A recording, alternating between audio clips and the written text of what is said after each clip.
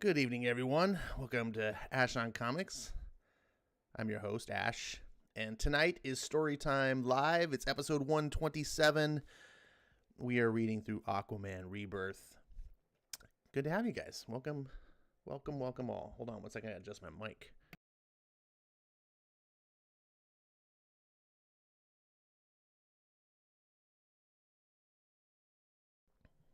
Sorry about that. You guys go, well, why don't you do that before the showtime, you nutball? Oh, because I suck.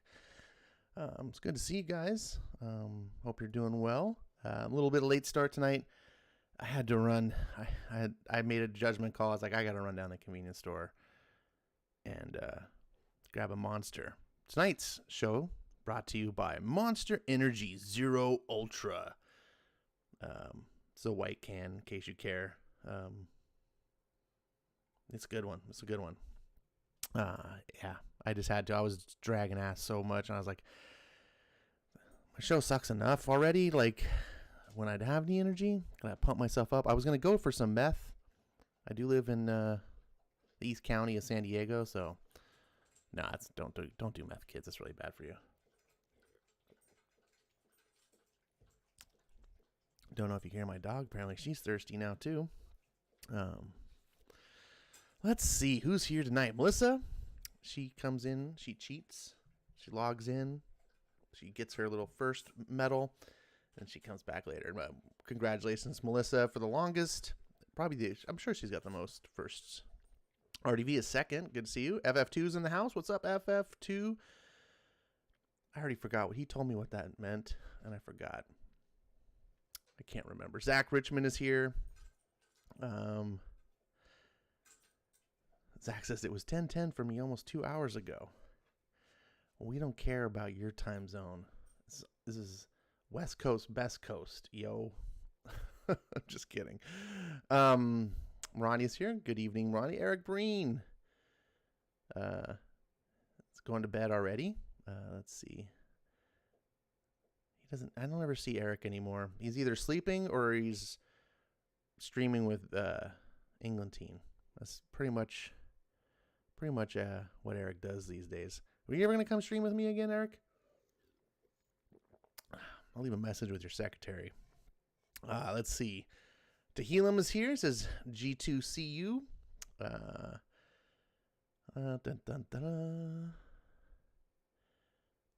see. I think I got everyone. Snatch Face shows up. Man. I had a bunch of stuff to talk about. but I can't remember. My brain is so addled. I got Biden disease, Bidenitis. There was something that I was checking on my phone, and I was like, "Are you kidding me?" And I need to do is write this stuff down, but I was working, so I had other things in my mind. And I remember because it came through my phone on the Google News thing, and it was a Bleeding Cool thing. So now, of course, I go to Bleeding Cool to try to find whatever it might be, and this site is just a travesty. It's like, even if you can block all the ads and stuff, it's just, there's just nothing. It's so not user friendly. Man, Jesus, is this got enough wrestling articles? Is this a wrestling site? Man, I can't remember what it was. Do you guys have any news stories? Let me come to you guys. Just have the audience provide everything. It's just Ash does a live stream and then get everyone in chat to do the content for him. That's what it'll be. I'm fighting serious sleep. I got this energy drink's gonna take probably a little bit time to kick in. Dean Lim says Ash needs to change his channel to Ash Got Bidened.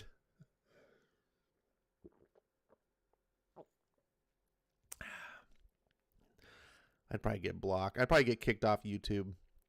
Google gods would be most upset if I talked about our supreme overlord that way.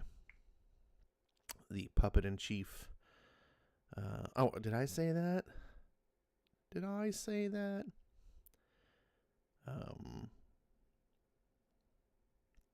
Dang it.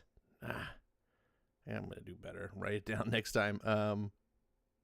God, it's killing me. You know what?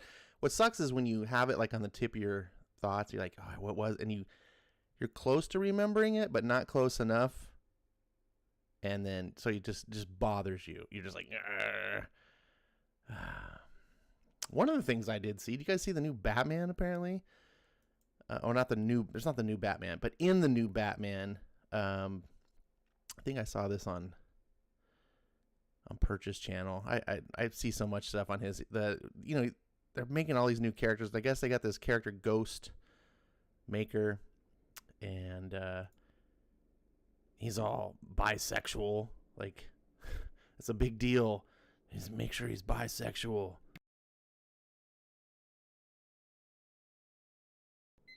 I gotta set my timer here because you know the rules. We don't want Ash to blather on all night, so we got a 30-minute timer. Eric says, Ash is old. I am. Ronnie says, lies. The puppet in chief is Puppetine. Get it right, Ash. Are you suggesting that I'm spreading fake news? Let's see. Watch out. Bleeding Cool will give you more viruses than China. Yeah, you just gotta run a good browser. I got this browser off of that site Gab, when Twitter was banning everyone, and then they were trying to shut down Parler and all that stuff, and people were checking out. So I went over to Gab to check out that site. I'm still there. I just don't post much on it because the unfortunate thing about social media is even if there's better sites, people just go where everyone else is. Because I call it the Google Plus effect. Google Plus is the best social media site I've ever used, but almost no one used it because of Facebook. But Google made a way better site than Facebook.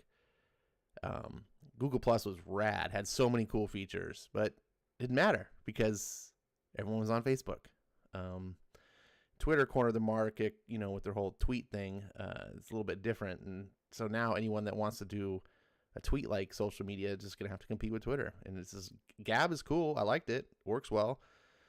But anyways, they have their own browser called Dissenter, which is a cool name. I'm like, oh, Dissenter, yeah, and it's got built-in ad blocking and all this cool shit. And I was like, sick. So it's got anti-tracking features and ad blocking. And you go to Bleeding Cool with this browser, nothing pops up. it's nice and smooth, and you're like, yeah. Anyways, so this character, Ghost Maker, it's like, okay, he's bisexual, but they had to like make all these big deals of showing his sex partners in bed and all this stuff, and you're just like, really? Can we have comics about Batman, or do we have to have it's characters having sex and eating all the time? That seems to be the deal of the day. Yeah, so here I am. So here's one of the here's one of the pages panels, and then we got more. Here's eating and running around in underwear, and look, it's just no one who is this why people are reading Batman, so they can cheer and on and go, oh look, there's bisexual characters. I'm so proud. Speaking of bisexual characters, Zach Richman has joined the live stream. I gotta unmute myself. Zach, you're on the air with Ash on Comics. How are you? Hey, how's it going, Ash? I'm doing pretty good. Come here to save my floundering show. Yeah, I thought I would tag in, maybe help you out a little bit while you're juicing up on some Monster. I got the big one, the big 24-ounce can with the screw off top. Is it the kind with the? Yeah, I was about to say those are the best ones. Yeah. And you can like feel the taurine rip off the roof of your mouth as you drink it. Yeah, and by the time you're done, you're like, you need to lie down because your heart is palpitating. Yep, I remember that well. Monsters. Yeah. So bad for you, but so good also at the same time. Yeah, this is not good. I have getting into Ash's personal life. I have a vitamin B12 deficiency. So it affects me. And I'm really, really bad at taking like supplements. I have like vitamin B12, but I always forget to take it and stuff. So anyways. Yeah, I'm the same way. I just take like regular 1-a-day vitamins, and like a week will go by. I'm like, oh, I didn't take any vitamins this week. But oh well. This Monster has 740% of the daily recommended vitamin B12. So I justify it that way to myself, like, oh yeah, the doctor's orders, I need to have B12 supplements. And it's hard to get B12 because if you just take pills, your body does not process it well. Liquid form is the best. Really? Oh, okay. I did not know that. I do know somebody did tell me that if you take more than your daily requirement of vitamins, like over 100%, like you get rid of the extra vitamins. Like your body doesn't store them up for the next day. No rollover nutrients. Well, is what I heard. Vitamin C is kind of like that. Vitamin C, your body will just piss it out. Yeah. I know that's the case. But the recommendation isn't like the max vitamins your body can process. It's just sort of like, this is what you should have in your daily diet. I don't think it's the ceiling of, hey, this is how much vitamin A you can have, and everything else above this is worthless. I don't think that's the case. Oh, okay. Okay. But you're probably right. I mean, your body's only going to be able to do so much. I think you can actually overdo it on certain types of vitamins. I'm sure you can. I mean, you can overdo it on water. If you drink too much water, you can drown. I mean, if you overdo anything, I think you can hurt yourself somehow. I don't think you'll drown. No, not drown. That's the wrong word. Not drown. I drank so much water, it came up and then went into my lungs, and I drowned. No, but there are cases where people drink too much water, and it like can kill you to drink too much water. A few years ago, there was like, well, a few years ago, I think it was like a decade ago, somebody was like doing this challenge to win like an Xbox 360 or something like that, and they had to drink, I don't remember how much water, but it was an obscene amount of water, and it ended up killing this person because they were just trying to get a free Xbox. It's just like, wow. But yikes. I have to go find that. But yeah, I look forward to being able to get a new Xbox one day. when the I'm just hoping scalper for problem is solved. I'm hoping for the chance to just be in line to get the new PlayStation. That's all. That's what I want. I want the new PlayStation. You damn Sony lovers. I know. I'm sorry. Everyone else I know, I actually had an Xbox for years. But then when I moved out the house, that's where I found out most of my friends had PlayStations or they played on PC because they're the master race. Yeah. And so I was one of two people that had an Xbox. I was like, I told my other Xbox friends, like, dude, you're my homie, but I need more variety than just playing Call of Duty with you. So I went and got a PlayStation. That's So true. I can I have mean, more variety. who you get to play with makes a big deal. Yeah. I have well, I don't have an Xbox anymore. I only have a PlayStation, as ironic as that is. Well, then why are you getting on me for being a Sony lover? You have a Well, PlayStation. because I gave my Xbox away to a child that wanted it. So. Oh, well, okay. Good-hearted Ash. Yeah. Good-hearted Ash. Wow. But I figured I would be eventually getting the Series X. But the scalpers are ruining that market. So good luck getting any of these things. I know. You gotta pay like twice as much for them.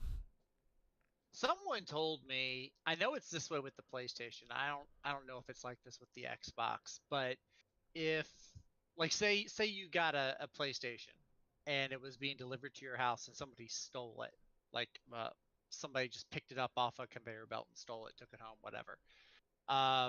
They can actually trace, like the retailer can trace like who it was supposed to go to.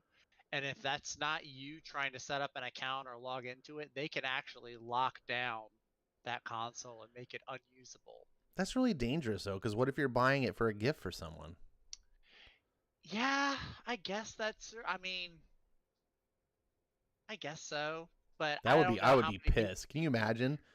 Like you're like, some grandparents, they go this, they buy a new Xbox for their kid and then they ship it halfway across the country or whatever, and little Jimmy gets it and pops it in and it's like, oh, we blocked it because you're not the original buyer. You're like, what the hell? Maybe.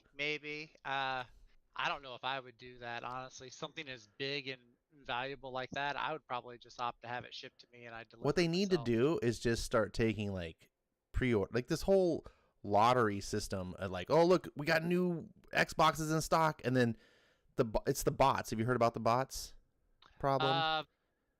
Bots are always a problem. Well, basically these people that are the scalpers, they have bots that are just programmed to put buy orders in, like, faster than a human could type in, if the average Joe.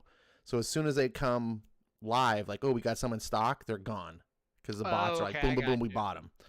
I gotcha. Okay. And the thing is, the retail outlets, the criticism that's going out is that the retail outlets could do something about that. For instance, like letting you go on and say, look, I want one of these. As soon as one is available, reserve it for me and ship it, They could do things like that, or stop letting people buy more than one. There's, and it's, I get it. You're a retailer. Someone wants to buy it. What do you care? But it's really bad as a whole for the industry, I think. It's really bad for Xbox and Sony because, it's just the burden on the fans. True. Like so many other companies. Speaking of burden on the fans, Eric Breen says, everyone go out and buy Batman 107. He spells buy like B-I. That's a funny one, Breen. That's funny because you were just talking about a bi character in Batman. Dragon Ball says, Ash ain't bad. I wish I could do what he do. You could do what I do. Anyone could do this. Just put up a channel and you get a mic and you just start blabbing. The key is having no self-respect. I think the problem that most people have is they don't want to look like an idiot, and so that's tough. Like speaking in front of people, you hear like stage fright. Oh yeah, things like absolutely. that. It's because people get self-conscious and they're like, oh my god, people are gonna look at me and I look like an idiot, and then that just just builds on itself, because then you get nervous and then you do start looking like an idiot. Then you start realizing it just gets worse and worse and worse. And then, but the key is to just be like, I don't give a shit. I'm an idiot. There you go. Look at me, I'm a clown. Woo!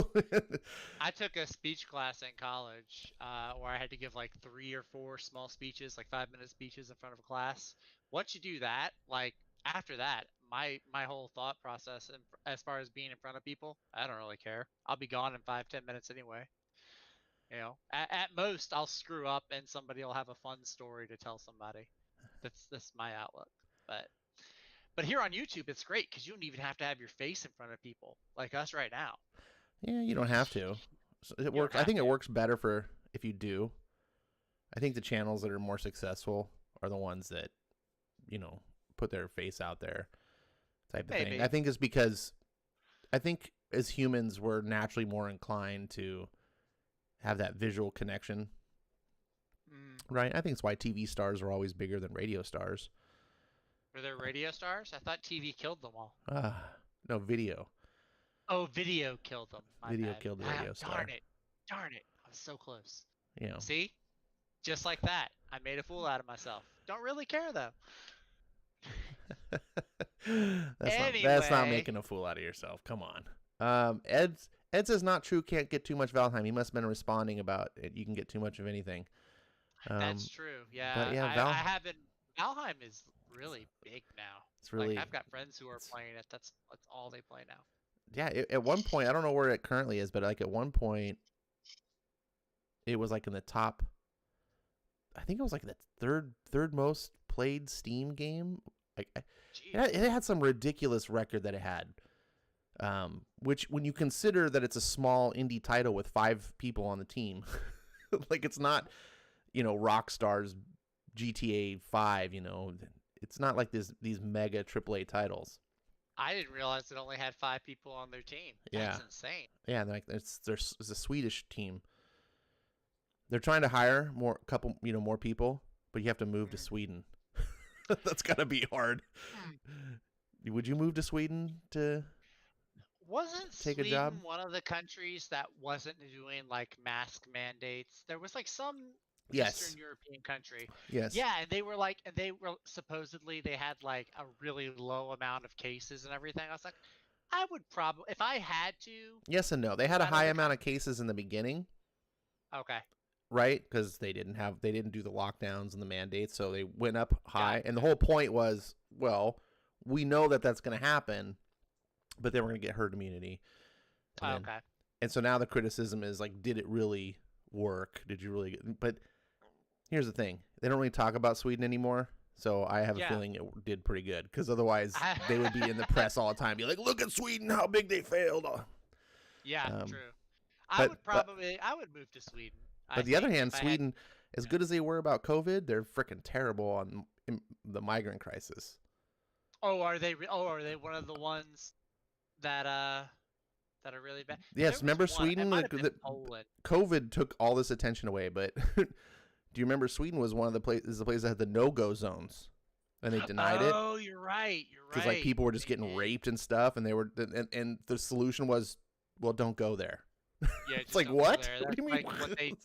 It's like what they had in London and I think Germany too. They have the no-go zones. Yeah. Okay, so never mind. I would not go to Sweden. It's like you're free to go out you're free to go out and get raped without a mask. Yeah, right. I think I'd move to Poland then. I think Poland was the one that was strong. Oh, Poland, yeah. You know what's funny? When I was growing up as a kid, like the Polish jokes were the thing. Like they were the. Do you remember Polish jokes? No. No? I do not. You're not as old as me. Yeah, it was a Gen X thing. Like when you're little, like it was the Polacks. And every little joke making fun of it was like Polak. What does a Polak do? This Polak, you know. And so Poland always had this stigma in my mind growing up because they were the ones that were made fun of all the time for whatever reason. I don't know why. But now, looking at it from, you know, an adult's point of view, I'm like, yeah, Poland is one of the places I would want to go live. That country sounds rad. Yeah, they got their stuff together, I think, pretty much over there. But yeah, fun little. Eric is heading out. Thought experiment. He's turning into a pumpkin. Eric. Turning into a pumpkin. Good night, Eric. I don't know what to say. He's I just don't know always. either. Uh, Where do you go from there? where do you go? Let's see. Dragon Ball Talk is all hyped on the PS games. He wishes I was I know more. he's got a PS5. He's got the PS5. He Yeah, was how do you saying get a PS5? Who'd you murder to get that? I was about to say somebody had to die.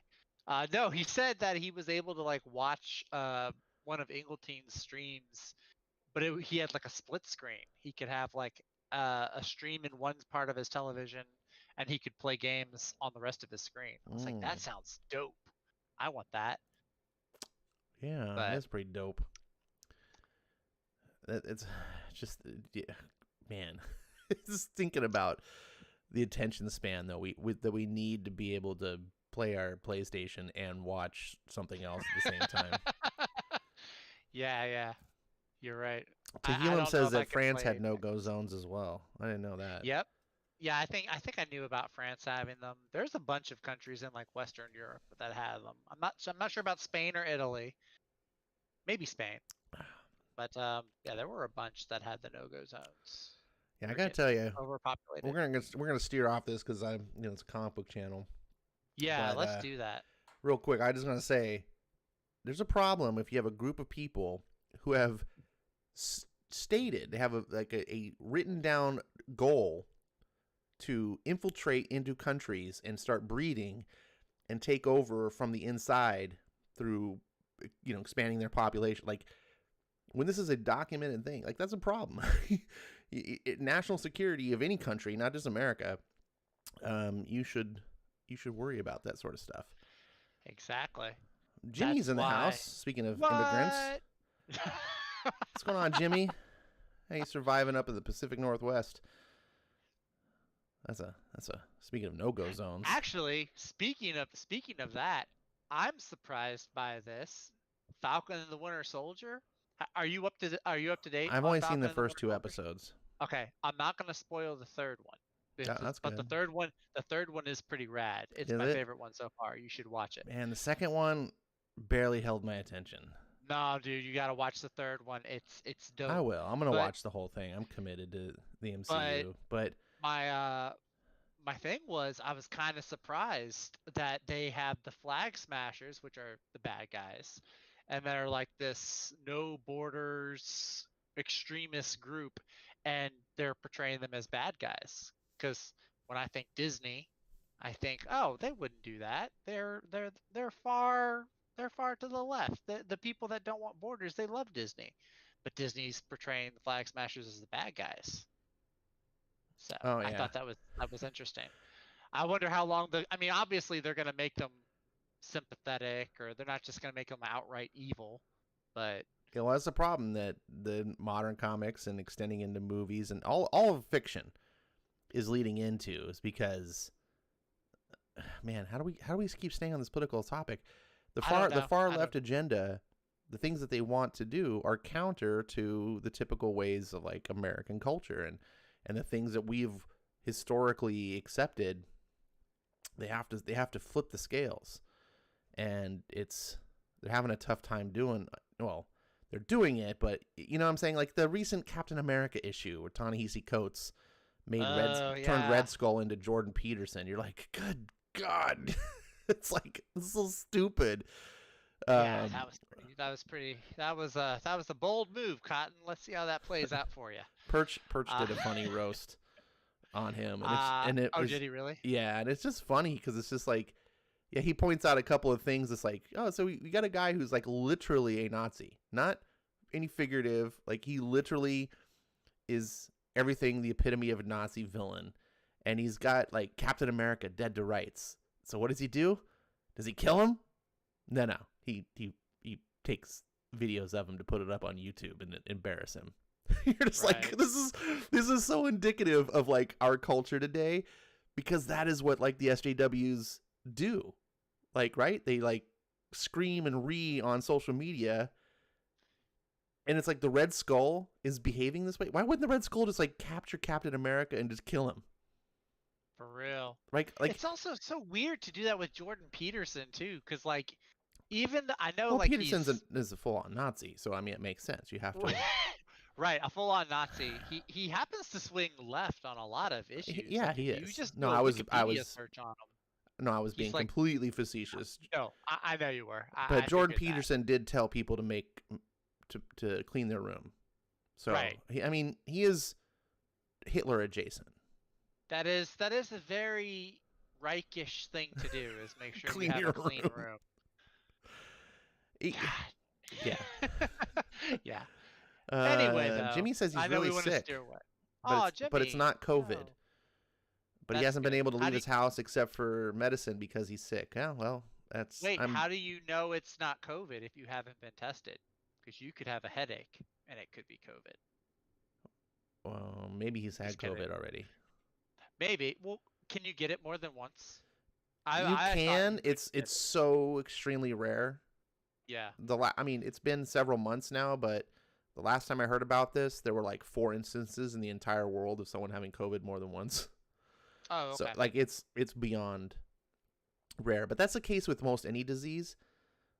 Typically, your immune system will learn to fight it off, but not everyone has the same immune system, and if you have a deficient immune system, then you may not actually build the antibodies that you need. But that's not the disease. That's you, unfortunately. So I'm sorry to hear that you're sick, Jimmy. I hope you get better soon. It's got to suck to be sick. Like, you just have a cold, really bad cold, and you can't go anywhere because everyone thinks you're going to destroy the planet with COVID. Dude, if I inhale like a dust particle in my throat and I have to cough it out, I'm nervous of coughing it out. Aren't you right? Are you? Like, no, it's just dust in my mask. That's all it is. I have a respiratory. My whole life, I've had a respiratory condition, and so I have a lot of fluid in my lungs typically, and it just causes me to cough a lot. And it's been managed. It's not debilitating or anything, but it does make me sometimes go into coughing fits or whatever. And people now look at you. Before it'd be like, oh, okay, whatever. Maybe you smoke too much or something. But now, people are like, oh my God, we're all gonna die. The fear that people have of the COVID. There are people like literally think it's like bubonic plague. Yeah. They see someone without a mask and they're like, "Ah, wear a mask. You're murdering people." Yeah. You're like, Jesus. You're a murderer. I'm like, yo, all right, take a step back. It'll be okay. Oh man. But anyway. Well, Jimmy, I hope. Oh, sorry. I hope it's just a cold. Jimmy, it's kind of weird, as I don't want anyone to get COVID, right? I don't want anyone to be harmed. But when people say that they're sick, like Jimmy, part of me kind of almost wishes, like, hey, I hope it's COVID, not because I want him to be ill or sick, but because I want people to get it and then recover and then not have to worry about it. Oh yeah, and then they like lose the whole fear about it and everything. Well, right, yeah. Then you can be like, oh, it's gone. It's right. Like growing up, I got chicken pox late in life. I didn't get them until like my 20s. And it gets to the point, when I was growing up, chicken pox was like a thing. I don't even hear about it anymore, but I know, it's weird. It was but growing up, and I always heard the tales of like, oh, if you get it as an adult, it's really bad and stuff. And I was like, oh, so I got to the point where I was like, reached like 20 years old. And I'm like, I've never had chicken pox yet. Oh fuck. And I started getting like worried about. I don't know why. I just went through that. I was like, I need to get it, And eventually I did get it, and I got through it. I still have scars. Actually, it sucks, but. Oh, from the scratching? No, well, yeah. I mean, the pox. I mean, they leave when you're older. Like, it's more messed up. When you're young and get it, you just typically. Yeah, but, I was really young. I think I was 3. My mom said when I got it, like 3 or 4. So I don't even remember it. Yeah. So it's just one of those things. Like, oh no, once you've had it, you're like, okay, cool, check that off. I don't have to worry about that anymore. Mm-hmm. Let's see. Jimmy says he went do a huge rabbit hole. I guess it went down a huge rabbit hole. I don't know, I guess. Just went down a huge rabbit hole? I or guess. We went down a huge rabbit hole? I just went do a huge. I'm thinking he's saying down a huge rabbit hole. Okay. Yeah. He's gonna do another Doctor Who video. Oh. I actually know this episode he's talking about, the Rings of Akhaten. Is it Akhaten? I don't remember the name, but I really like the episode. I don't know. I feel like Jimmy is like 15 years too late on the Doctor Who bandwagon. A little bit. It feels like I mean, I didn't get into Doctor Who until I think it was right at the beginning of Matt Smith's run, which is the best run, and I'm saying that with a huge bias, but Everyone's got their bias on whoever their favorite everyone doctor is. does. For me, it's Matt Smith. My wife loves Christopher Eccleston. I don't really care for Eccleston that much, but my sister loves Tom Baker. I like David Tennant. So Tennant's a good one. I like Tennant. I like a bunch. Actually, they say that the first episode of Doctor Who you watch, that's your favorite Doctor, like by default. that's typical. I think it's that. I think it's that way with most types of fiction. I think comics are that way. Yeah. Like Jimmy's a good example. yeah. Like his first Thor was Jane Foster, so he's really into that. Like, you know, Wait, that was his first Thor? I'm pretty sure. Wow. I think when he Okay. got into Thor, like Jane Foster was the Thor at the time. Oh, okay. He can correct me if I'm wrong, but my point being is, you know, when he got into, like, that was his thing, you know, whereas my Thor was like 25 years prior to that, very different. I Right. think, and Star Wars is another good example, right? People that grew up with the prequels, that's their Star Wars, Right. versus, so it's the thing that you experience first kind of bonds into your brain of like, that's the way it's supposed to be. Right. Right. Well, my whole thing I was saying was that my first Doctor Who episode was technically it was a David Tennant episode, but it was the one episode he's barely in. It was the Weeping Angels episode. He's like in it for like 2 minutes. So I still count Matt Smith as my first Doctor and also the best Doctor. So Yeah. I think actually, maybe it wasn't 15. Jimmy's saying, guys, I was huge into Doctor Who as a child, didn't have a way to watch it again until the past few months, so I'm indulging. I don't know, it's fine. It's Okay. fine that you're indulging Hey. yourself. I'm just saying, like, And- maybe it was 15 might be too long ago. I mean, it was more like 10 years ago. There was a little while back, man. It was like Doctor Who frenzy, you know. Doctor Who was crazy. It was just popular. everywhere. People were like, Doctor Who. You're just like, Jesus. Yep. Um, Bow ties, fun fact, bow ties skyrocketed in sales after Matt Smith became the Doctor. Oh, I bet. Yeah, Matt Smith was, I think, right when he became, that was like the big craze. Because didn't they do like a crossover episode? They did they did a movie where he and David Tennant were in the same movie. Yeah, he was the Doctor for a long time too. I'm trying to think. He might have had 3 or 4 Christmas specials. It's like a really big number for him. But yeah, for me, I mean, I started falling out of it after Peter Capaldi. Oh, it's right there in the chat. Capaldi. Yeah, once he came on, I kind of started to lose interest. Not that Capaldi was bad, but it was just that, oh, well, my favorite guy is gone now, so why should I keep watching the show? But I did. I like Capaldi a lot now. He's actually a really funny Doctor. My thing with Doctor Who was I never thought it was bad. And I did like Tennant. I did enjoy.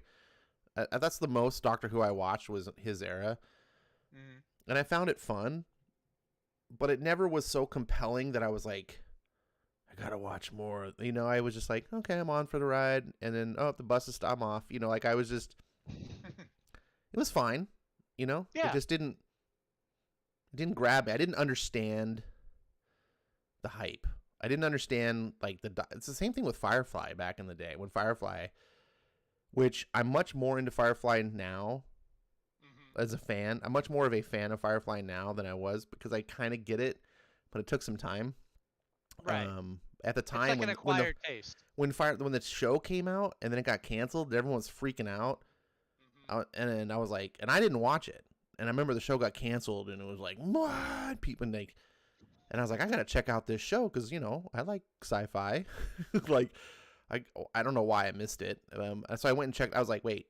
This is the show everyone's freaking out about. And I think it was because my expectations were set so high that people were like, this is the greatest sci-fi show ever. You know, and I was like, wow, I really must have missed something. So I watched it and I was like, I wonder if a little bit of that attitude, like, oh, it's the greatest ever, after it got canceled and people were saying that. I wonder, I mean, that attitude to me is very similar, if not identical, to everyone that was rallying and campaigning for the Snyder Cut after we got the Joss Whedon version. Another thing that Joss I Whedon don't was think involved anyone in, was like actually. saying that. I don't know. Well, I don't. because the whole movie, the whole thing got, or not the movie, with Firefly, the series got cut short. Uh, fans, they didn't have anything else until Serenity came out a little while later. They didn't have anything else that they could watch or, get their fix from. Kind of similar to with Justice League, I feel like, because people knew Zack Snyder was involved and they know Joss Whedon I just stepped think. in. I just think. I think Snyder has his fans, right? And Oh, okay. I'm one of them. Okay. I'm a big Zack Snyder fan. Oh, same. Now, I don't. I recognize that Man of Steel and Batman versus Superman are Perfect films. No, I'm just kidding. That was hugely me being flawed facetious. films, but I still enjoy watching them for the things that Snyder brings to the table that no one else does. It's kind of like I'd equate it to having like a favorite artist in comics, but maybe Yeah. that artist is on a comic that you're kind of like, it's not a very good comic, but you just like if Jim Lee is like one of my favorite artists, right? So Jim Lee gets on, I don't know, he gets on some dumb comic, you everyone has their own. You imagine your own dumb comic that you would have zero interest in, but and you're like, that's what it is with Zack Snyder. Like visually, I really love what he does, but the DC films are like meh. So, and I feel like he didn't get to finish his Justice League, and as an artist, like I kind of want to see people do their vision, and I thought, even if it's not going to be a good film, he never got to complete his vision. So why not? Like that should be. Well, wouldn't that be the same as like, so when Firefly gets canceled and people are like, oh, he didn't get to finish his vision for Firefly at the time. Of course, now we know he's Oh yeah, got. for sure. There was And a Josh Whedon movie. had his fans. I don't Yeah. know if he was that big back then because he was big for Buffy, but it wasn't like, I don't know. Anyways, Firefly was a big deal. People were calling themselves brown shirts.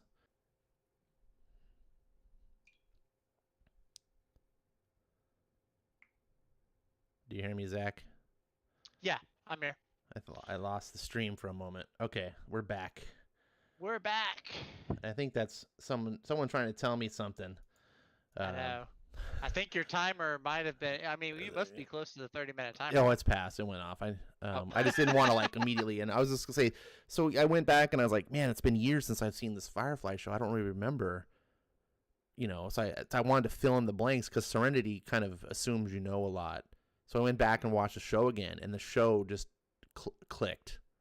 And I was like, oh, this is like that's when I became a fan. Great show. Yeah, that sucks that it didn't get finished, but yeah, that's the breaks. Them's the breaks. The comics aren't bad. The Dark Horse ones were pretty good.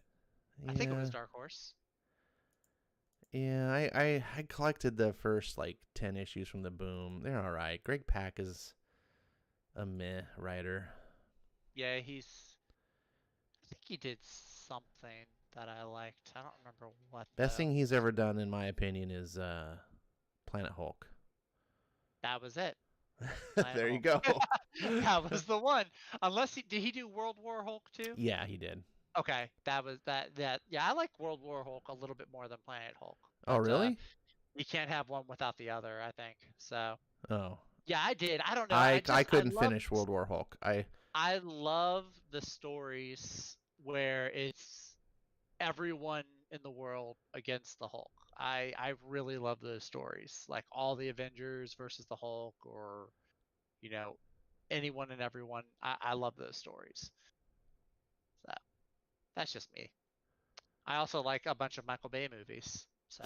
Oh yeah, don't take my taste too seriously. Well, I'm a Michael Bay fan. Oh, we got some Godzilla comics. I saw on Comixology. Yeah, I'm looking. Oh, there's a Doctor Who sale. Go get him, Jimmy. Doctor Who's on sale from Titan. Doesn't this one here on the left, the complete year one, doesn't that look like Jordan Peterson as Doctor Who? Little bit, actually. The one, all of the three on the left look like Jordan Peterson to some degree. Good Lord, you. So is Ta-Nehisi Coates real? You know, I don't think it'd be too. You just tweak that drawing a little bit, and you could make him say Peter Capaldi is a Nazi. Oh my goodness. So I like to just check and see what's on sale. There's Doctor Who, if you're a big Doctor Who fan. Looks like there's some question stuff. People like the question, I hear. Question's cool. DC Legion of Superheroes. I don't like when they sell the singles like this. Like, just Comixology to me is not for singles. Go get yeah. Give me the trades. But I guess not everything is available in trades, so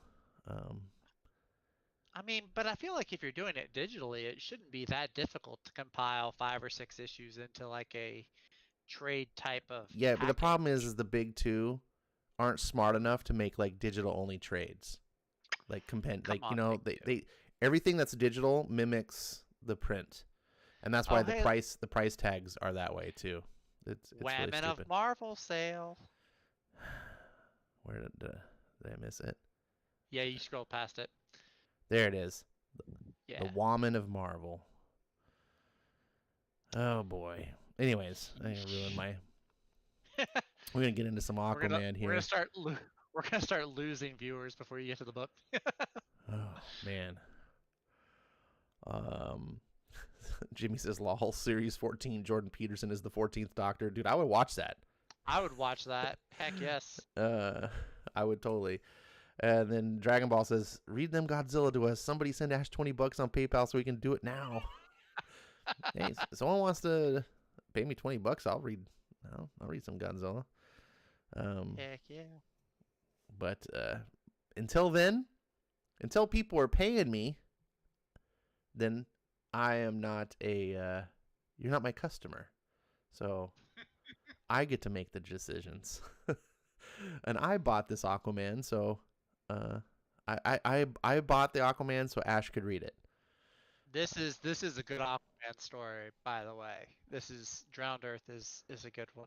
Yeah, I've heard so many good things about Abnett's Rebirth run on Aquaman, so I was never an Aquaman guy, but I reluctantly picked it up because everyone was like, "Oh, Ash, you should like it. You like Game of Thrones? It's like that kind of like he's building this whole, like there's all the conflict and subterfuge and the kingdoms and all this." I was like, "Oh, that sounds really cool. A lot of intrigue." That reminded me of what Simonson did for Thor for me, got me into it, is he built out the whole Asgardian mythos and made it more than just Thor. So the idea of Aquaman, but like fleshing out what it means to be Atlantis, and I think there's like 7 kingdoms in Atlantis. Am I right? Yes, I believe there are 7 kingdoms. Yeah. So fleshing those out and what they're all, there's I love world building when it's good. I don't want just like, oh look, there's a character and he swims around and talks to fishes. That's not interesting. Absolutely. If you had told, I told this to somebody a while back, but if you had told me 10 years ago that we were going to have both the Green Lantern movie and an Aquaman movie, but the Aquaman wasn't going to be a joke and the Green Lantern one was, I would have laughed at you and I would have said you're a liar. But here we are. Aquaman has a great movie and Green Lantern is a joke. But yeah, it's killing me. The Aquaman movie made me open my brain, like open my mind. I can't talk. Open my mind to the character, because before that I was like, Aquaman's such a stupid character. Like, and part of that is just false biases that people have created in me, because he gets mocked to like talk to fishes and all that stuff, and it's not really true. And I like how the very first issue I read last Thursday, like the author addresses that right out of the gate, which was pretty cool. Yeah. Ed is saying that his poison potions are ready, and he's just listening from here on out. Good night. Good night. I created a monster. He's talking about Valheim. So Ed is so addicted to this game, he don't even play with me anymore. He's off doing his thing, and Well, I guess I'm glad I can entertain you while you play the game, Ed. But I'm glad he's enjoying it. It really is fun to play with people. I love the team up aspect. Let's see. I think that's all the comments. Jimmy says, "Is this New 52?" No, this is Rebirth. So I read the DC Rebirth one shot on Thursday, and this is issue 1 from the Rebirth era. So I've heard the New 52 is pretty good too. I think didn't Jeff Johns do that one? I was about to ask you if he was. I'm pretty sure that he did though. I'm pretty sure Jeff Johns was behind the New 52. Yeah, I think he Which did. was one of the better New 52 books. Mm-hmm. I think if I'm trying to find bright spots from New 52, I think Aquaman's one, Court of Owls is one, and maybe the issues of Justice League that Jim Lee was drawing on. Oh, and I take that back. I did like the Justice League of America series, even though it was incredibly short-lived. I thought it was a really interesting concept, where Amanda Waller, she has the Suicide Squad, but she wants a team that's more photogenic, I guess. So she gets these heroes to counter the Justice League in case they ever turn against America, and it's like Martian Manhunter. She has weird picks, like she has Catwoman on there, and Vibe and Stargirl, who's normally a JSA member. Is really interesting. I could go off on my thoughts about that, but all right. Well, they're not here to listen to me. Well, I enjoy listening to you. I do got to get to this comic. Yeah, My timer thing is failing me. It's not sticking to it. Dragon Ball's about to go play a 9-year-old game. Yo, that's a great 9-year-old game, though. Mm-hmm. Yeah. I can't even win over viewers from a game that's been around for a decade. All right, here we go. This is a cold read. Usual disclaimers. I am not a professional voice actor, and I have not read this comic before. And since I read it panel by panel, sometimes I make mistakes on who's saying what. So there you go. Don't hold me to it. And no bitching and moaning until you start paying me. I think that's a good philosophy to have. I think it's solid. Once you start paying me, then you can bitch and moan. All right, here we go.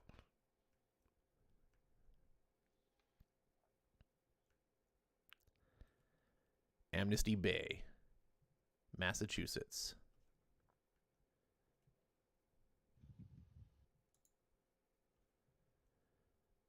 You're up early.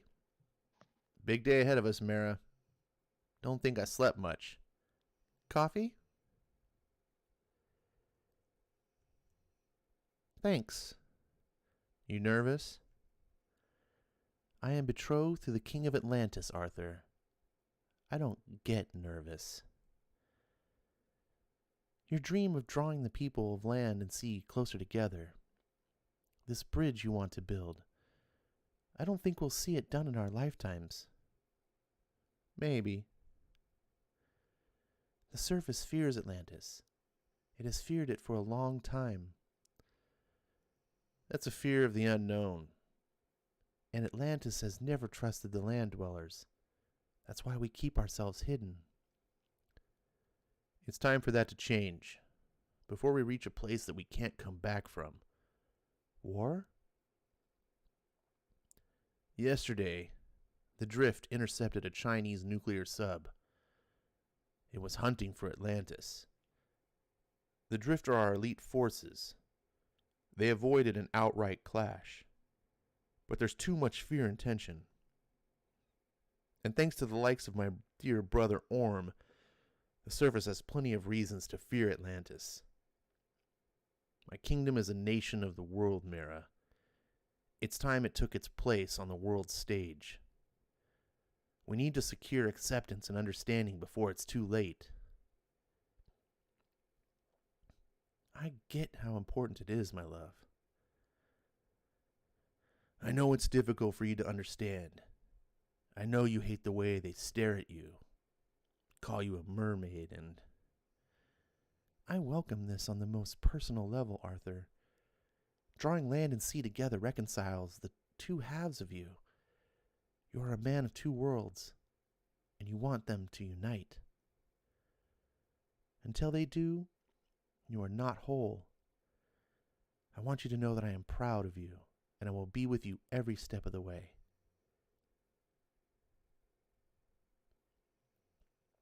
Big day. Let's go and face it.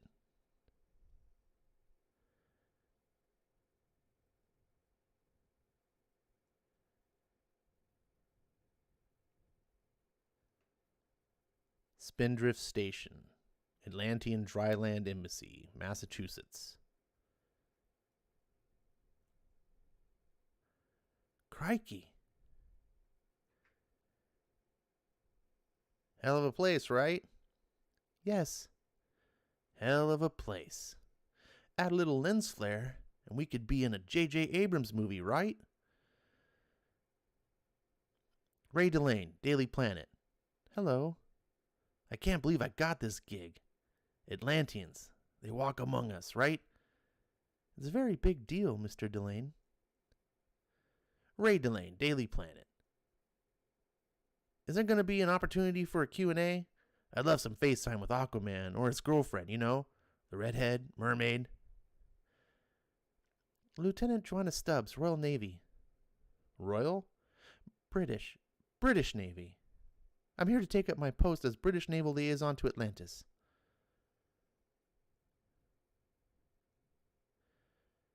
You seem nervous, milady. It's a very big deal. I am Sark, a captain in the King's Household Guard. We guardsmen stand ready to help and guide visitors to the embassy. Thank you, Captain Sark. We're as nervous as you are. Two worlds meeting. I'm sure this is all very normal to you. This place. Being on dry land isn't. But no matter our natural habitats, this is a link between the two. Like the shore between land and sea. That is how the King describes it. You know Aquaman personally? Of course. I serve in the King's Guard. I'm scared stiff of meeting him. He is just a man, Lieutenant Stubbs. An exceptional man. A monarch. A hero, I grant you, but just a man. We're all human. Merely a part of the humanity that has chosen to live in the waters, not the air. You're very good at putting people at ease, Captain Sark.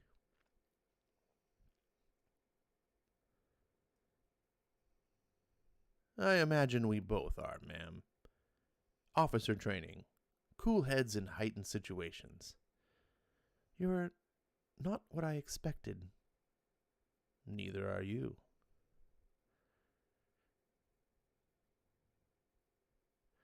I think your anxious wait is over. Wowzers, he's so darn tall. Crikey. It's an honor to have you here today.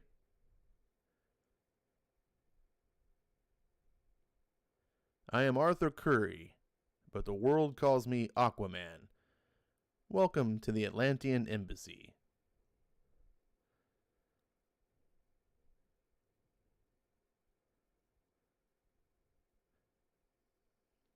You represent the world's press and many international... bad lettering. Take two. You represent the world's press and many international agencies. Mara and I want to give you a tour of the Spindrift facility and answer any questions. Spindrift is an initiative dear to the King's heart. He believes it is an overdue chance to bring Atlantis closer to the nations of dry land. Relations between sea and land have been strained for too many years. Spindrift is a place of access, a meeting point. Here, I hope we can learn about one another. The people of Atlantis understand little of what life on the surface is like, and I know that the nations of the surface consider us alien and aloof. The end of fear begins in this building. Sir, Ray Delane, Daily Planet. We'll get to the questions shortly, Mr. Delane. But first, are you hungry? Am I? What? Come through, everyone. Sections of the station are sealed and aquatic, but we reserve dry rooms like this for meetings with surface visitors. Is this shrimp? Some kind of shrimp? Not entirely sure.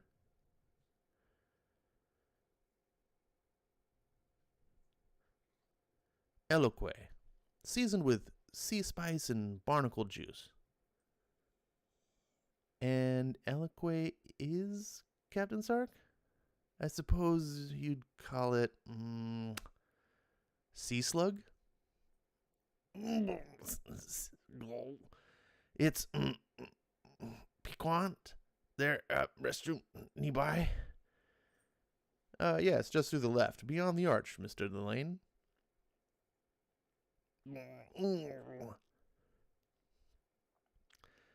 If these are not to your taste, Lieutenant Stubbs, I think we have cheese straws.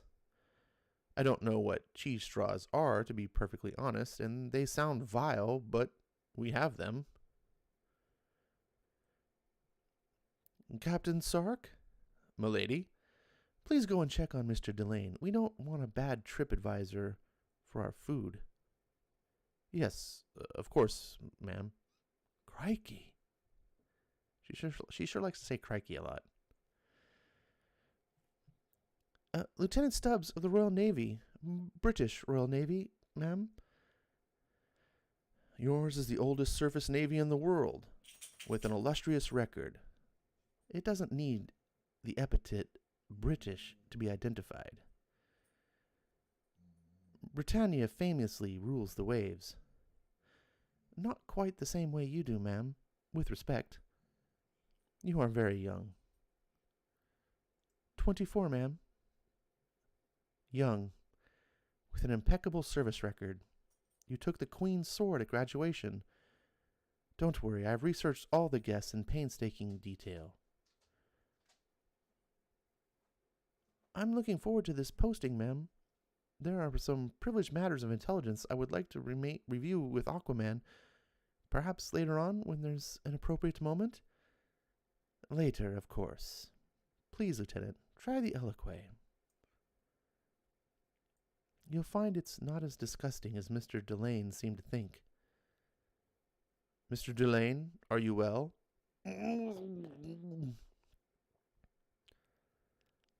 Mr. Delane, what are these? Did you put these on the wall? Golly, I don't know anything about that. Neptune below. They look like explosive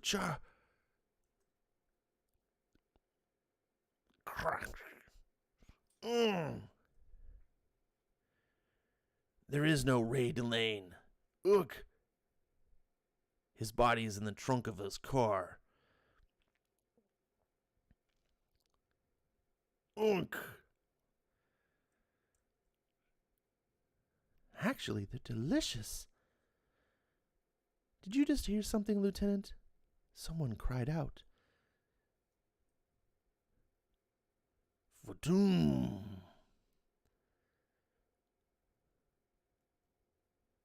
Kaboom. No, no. Guards, clear our guests to safety now. What? Aquatic compartment breach. Get behind me, Lieutenant. Yeah!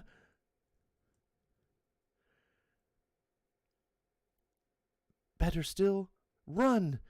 I don't know how long I can hold this. Oh my God. Mira, I can hold this. Find the culprit. Mira, go, Arthur. Who did this? Who did this?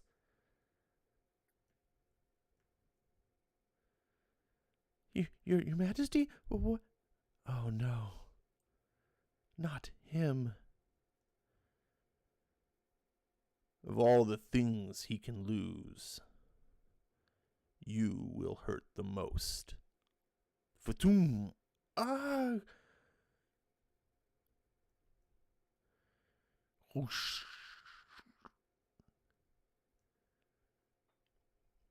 Ah, there you are.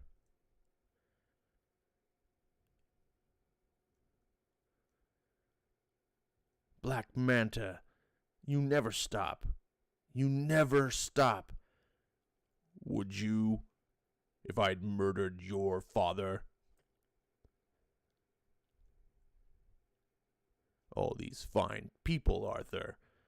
All these guests you are working so hard to impress. Ugh. They don't know your dark secret, do they? Not like I do. You're a killer.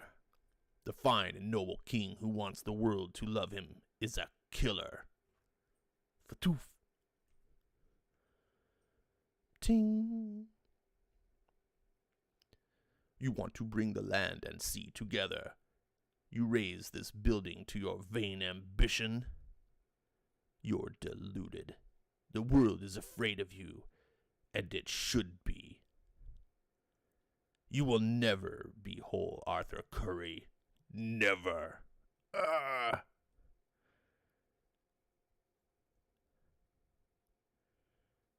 I have come to end the fear.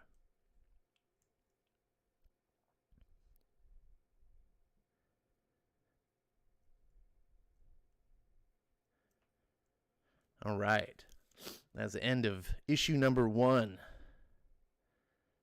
I can't tell if a few comments mean that the issue was good, so no one was talking, or if everyone's just playing video games. Are you still here, Zach? I think you're here, but you may not be on mic. So, curious what people thought about that first issue. I thought it was pretty good. Let's see. So, Dragon Ball says he just got it on PS5 today. So you have a PS5 and you're playing a 10-year-old game. It's like, it seems kind of weird to have like a next-gen console and then you playing some old game on it. But okay. Let's see. I wish Ash made a few bucks in the stream because I'm a fan of comics. Yeah, I wish I made a few bucks on the stream. That'd be pretty cool. I wonder where Lieutenant Stubbs is from. Couldn't be Australia, could it? Oh, yeah. She says crikey, but she's with the Royal... I guess, doesn't the Australians have the Royal Navy too? Like, aren't they part of the... Australians have a navy. I don't know if it's... I can't remember if, like, Royal Australia is still part of the Crown, like Canada. I don't know. You're asking the wrong... All I know is that she says crikey about as often as the crocodile hunter used to. They're serious. Ronnie says, great art, interesting story. And Jimmy says, it was pretty good. He's hard to please. Well, you know, when you're a Bendis aficionado, everything else is second place. That's true. Black Manta holds on to grudges almost as bad as I do. Yikes. Yeah, Black Manta is a serious grudge holder. Black Manta, I mean, he is an awesome villain, though.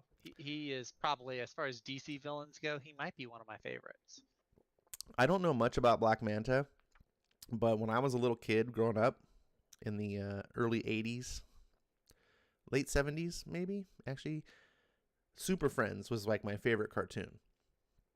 And maybe that was late 70s. And Black Manta was my favorite of the Legion of Doom because he just looked freaking cool.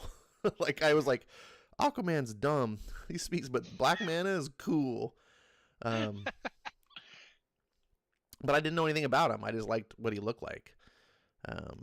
So now I'm actually getting to learn The weird thing for me about him as a villain, though, is that I don't know. I don't see how he actually can face Aquaman, because Aquaman he's got like super strength and stuff. Isn't Black Manta just a dude? He's a dude.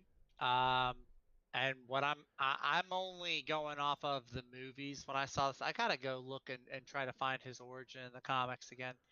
He might have been retconned with New 52 and everything. But from the movie, he's a normal guy, but he has access to Atlantean technology. So, like, Well, that's where sure, he that's gets like cool, the but beams that come out of the helmet and everything. but I you don't get know if that's part of his suit too. His suit might have it. Like, it might give him super strength or durability, like Iron Man's suit might. hmm. I don't know. It's been a while. Let me Yeah, see because I here. mean, Aquaman is super strong. Like he shouldn't be able to go toe to toe, hand to hand, right? Like it'd be like wrestling. Well, yeah, on the surface, like if you're on land, I could see that. Underwater, I think it Well, even on land, I mean, might be different. Aquaman But he's got like Spider-Man level strength, doesn't he? who? Aquaman? Oh Yeah, yeah, he's super strong. Oh yeah. yeah. I mean, I imagine Aquaman fighting a regular person that didn't have super strength or anything would be like you or I fighting like a 4-year-old. It'd just be like, it just, again, I don't know. I guess you gotta suspend your disbelief for comics, but that's the one. Yeah, That's the one kind of trouble that I'm having. I'm like, how are these two? It's like Jimmy says, Aquaman is Superman of the sea. I guess Superman's biggest villain is just a normal Joe with Lex Luthor. that is true.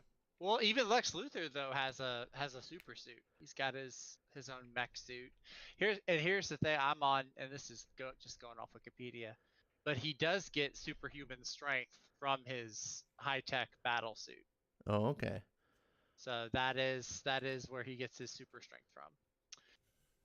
Dragon Ball says Black Manta is strong in the Injustice game. Yes, everybody is strong in the Injustice game. Breaks everybody. Everybody is Kryptonian level strength in Injustice. Well, that's the problem with Robin. fighting games like that. They got to make everyone equal. Well, they worked it into the canon, into the lore. It was a drug that I think Batman had made or somebody had made, to where like Batman could actually fight Superman and go toe to toe with him without having kryptonite. It was this drug they took. So at least as far as Injustice is, So you can they take a had drug and you can be as strong as Superman, and you don't see the problem with that. Oh, there's tons of problems with it. It's like, now everyone is Superman. Take the Superman my brain pill. at the door there. Well, no, they don't get all Superman's powers. They just get the strength and endurance part. They don't get like the flight and the laser beams and things like that. But they just anyway, super strong and invulnerable. Just super strong and pretty much invulnerable. Yeah, I agree, Dragon Ball. I'm not knocking Injustice. I love the Injustice game. I love the Injustice. Well, for fighting games, I always tune out. Like I'm fine with that. You got to have Batman fight Superman. Okay, fine. Like it's the same with the Marvel fighting game, Marvel Capcom. It's like whatever. Mm-hmm. Like right. There's no way that any of like Ken and Ryu could fight Iron Man, but for the sake of the game, fine. Like, it's whatever.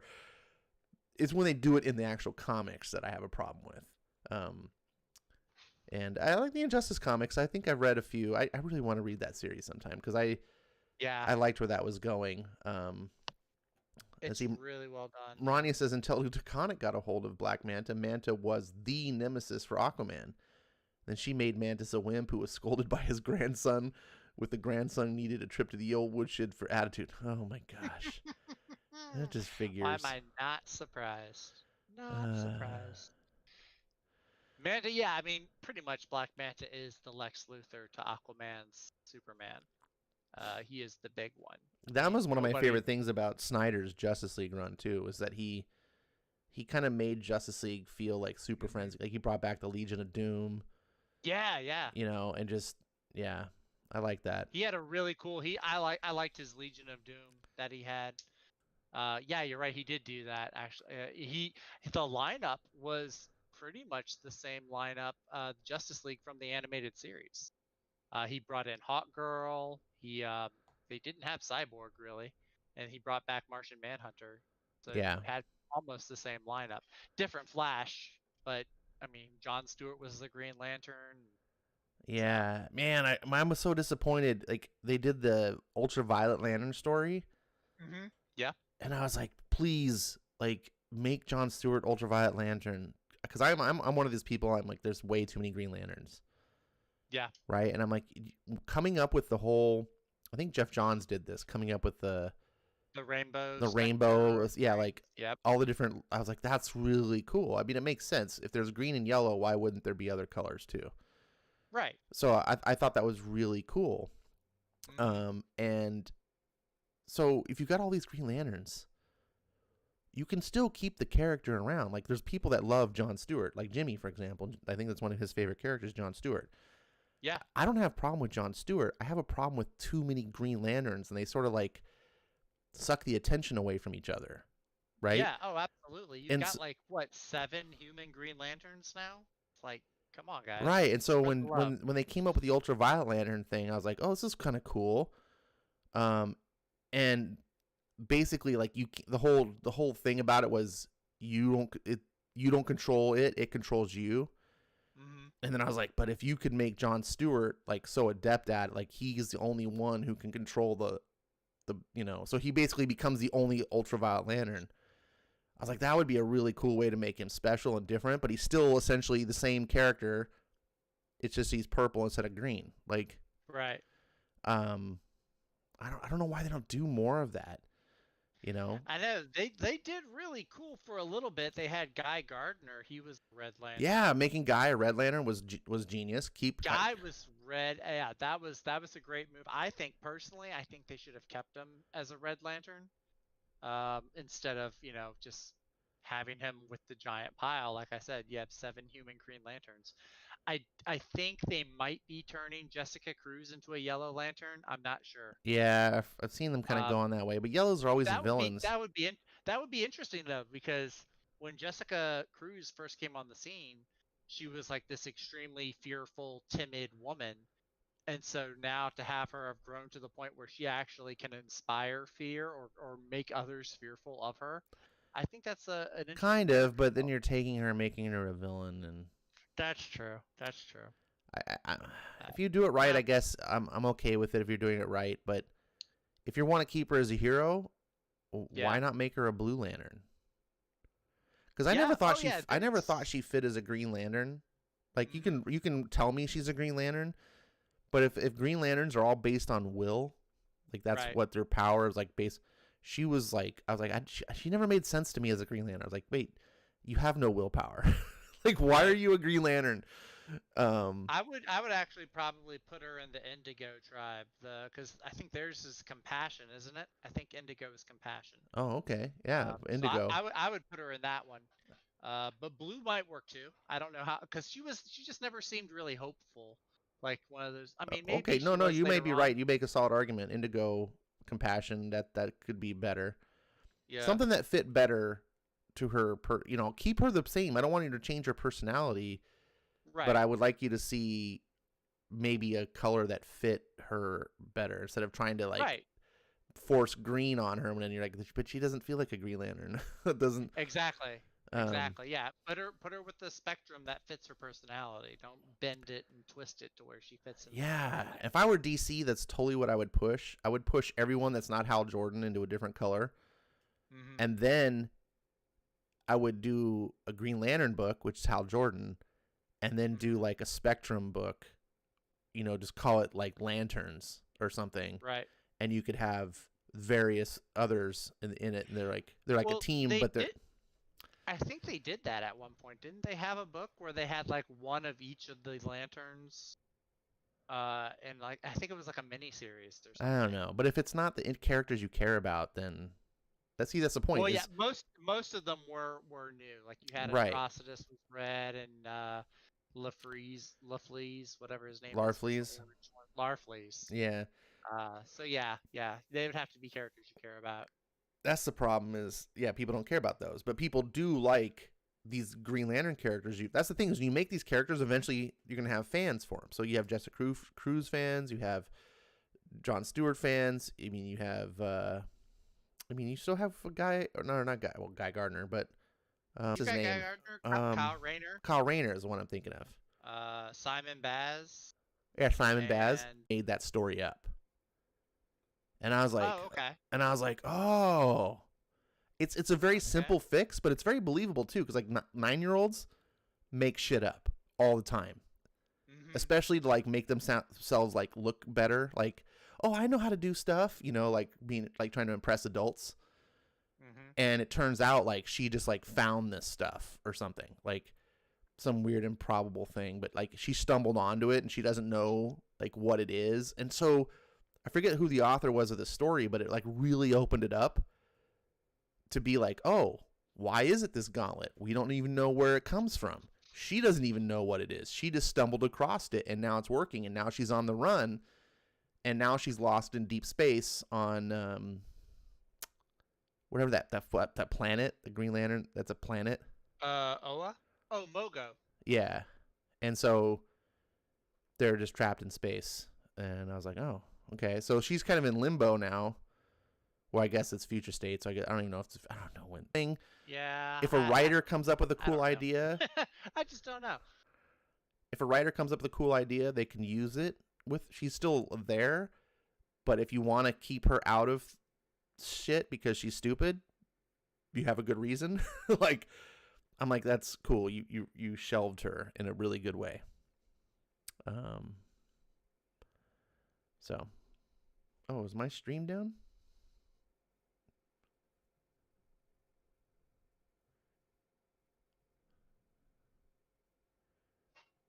You with me, Zach? Yeah, you're kind of cutting in and out there a little bit, but I do have the gist of what you were talking about, though. It says my stream is experiencing minor issues. Yeah, Dragon Ball and Jimmy are like, it's up, no, it's down. Nope, down again. All right, well.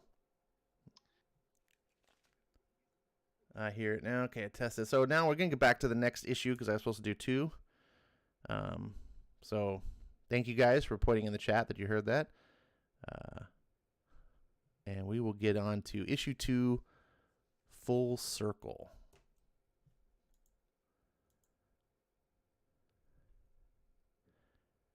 A man dies a violent death.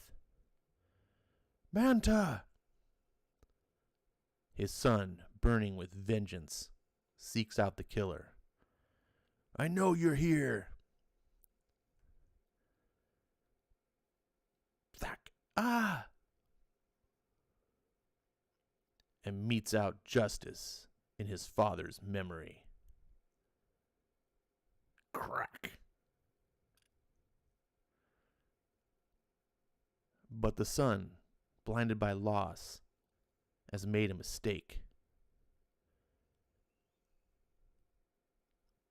He has unleashed his vengeance on the killer's father.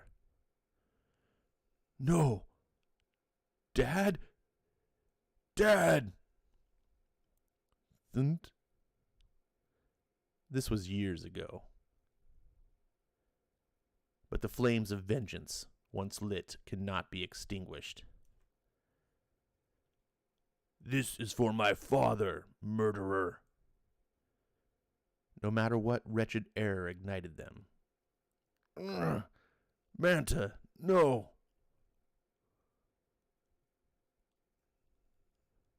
They burn.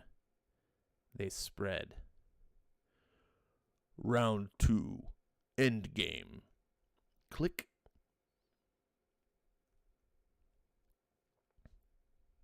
And they consume everyone they touch. Everyone and all of their hopes and dreams. Fa-doom, fa-doom, fa-doom. Spindrift Station, the Atlantean Embassy, on dry land.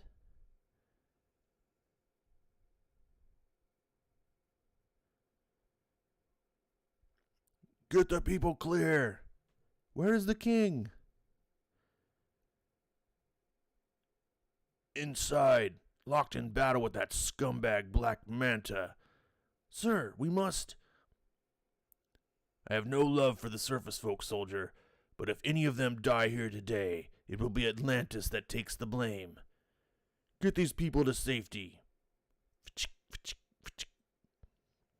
Manta, this cycle we are locked in is obscene. Blind hate for the sake of blind hate. As long as it persists, one of us will kill the other.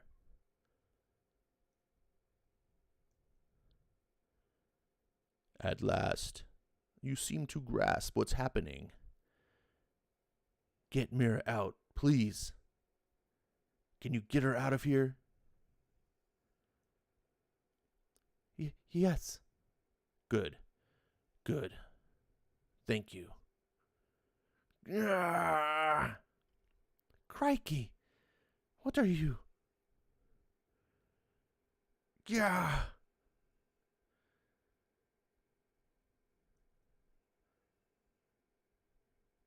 That was a pretty cool scene.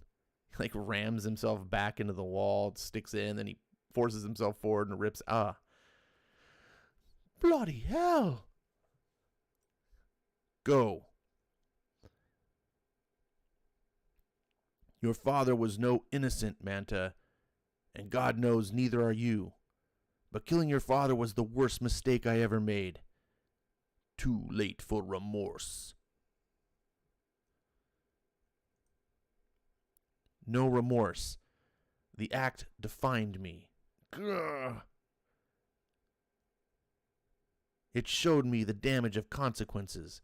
It taught me responsibility and control. Grr. The boy who killed your father was not ready to be Aquaman, but Aquaman could not exist without the burden of that mistake. Grr. You talk like you're proud of it. No, Manta. Reconciled. That mistake made me Aquaman. But this endless feud achieves nothing. Gah! Nothing? I've crushed your dreams, you bastard. I've brought your egotistical ambition to be seen as a peacemaker crashing down. I've shamed you in the eyes of the world, and sundered any hope of union between Atlantis and the surface. Ugh.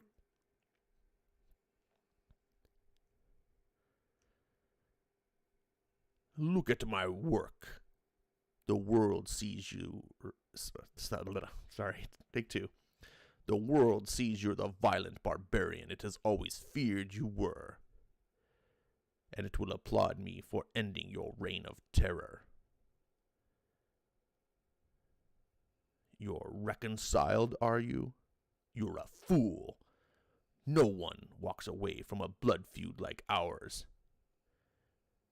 If I choose to stop, I won't. Ever. Help me! Milady!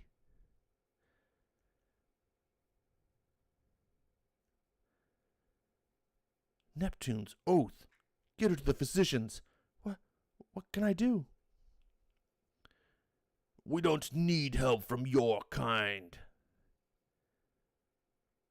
The extermination of you and everything you stand for is all that matters. I see. If that's the way it must be. This ends, Manta.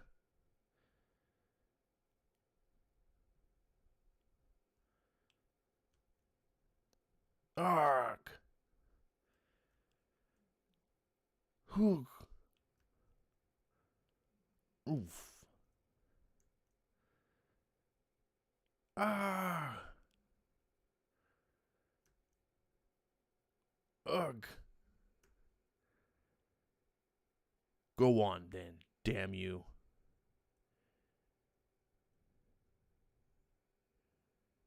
For God's sake. I can kill you and end the cycle. That would save lives.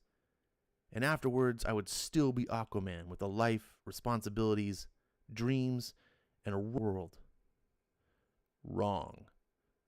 Kill me, and you'll be... Kill me, and you'll be forever tarnished by that act. You won't be Aquaman anymore. Not really.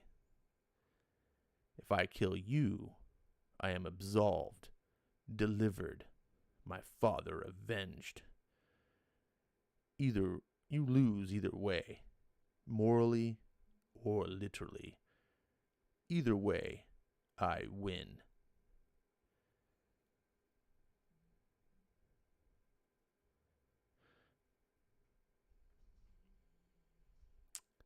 Do it then. Kill me. Then what? What are you? What does your life mean? The only thing on your mind is vengeance. Kill me, and there's nothing left of you.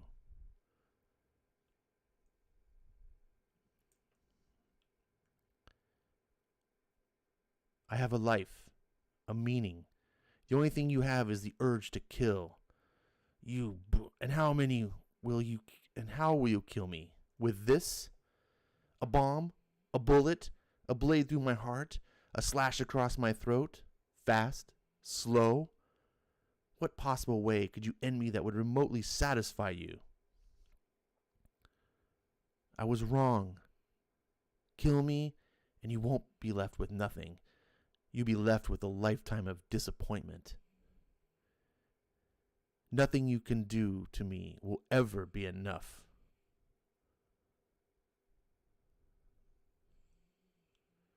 Damn you!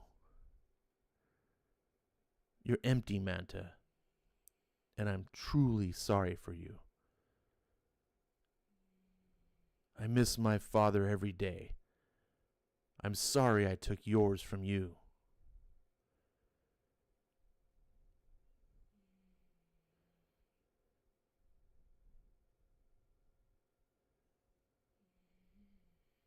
Arthur? You let him live? The alternative would have made things worse.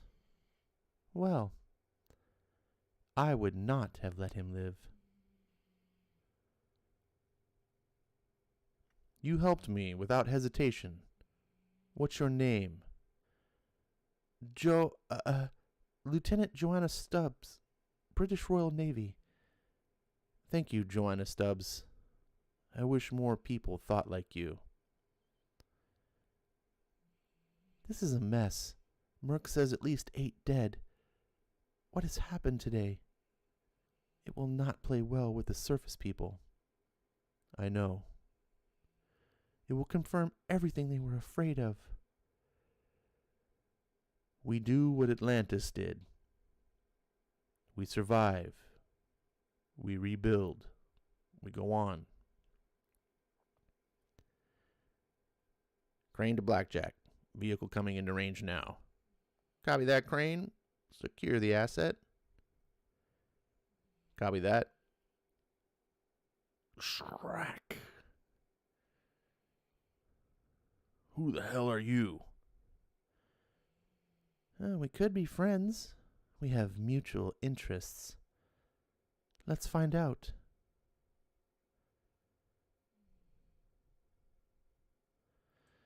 And that is the end of Book 2. All right. You can come back, Zach, if you're still there.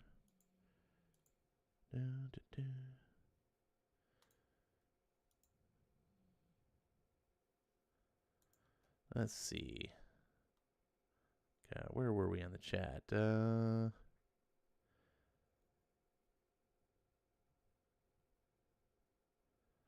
Let's see.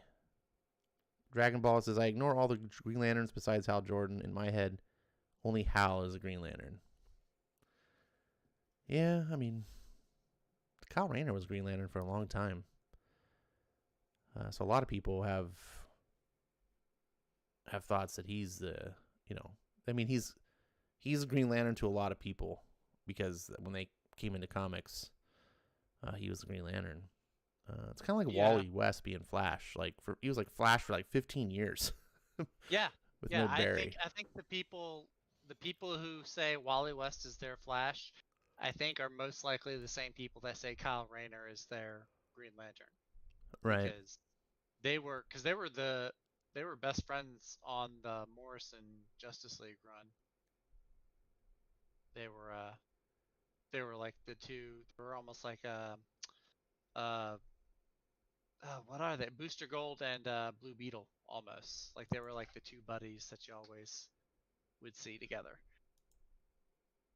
Right. But Let's see. I had the stream down issues. That sucked.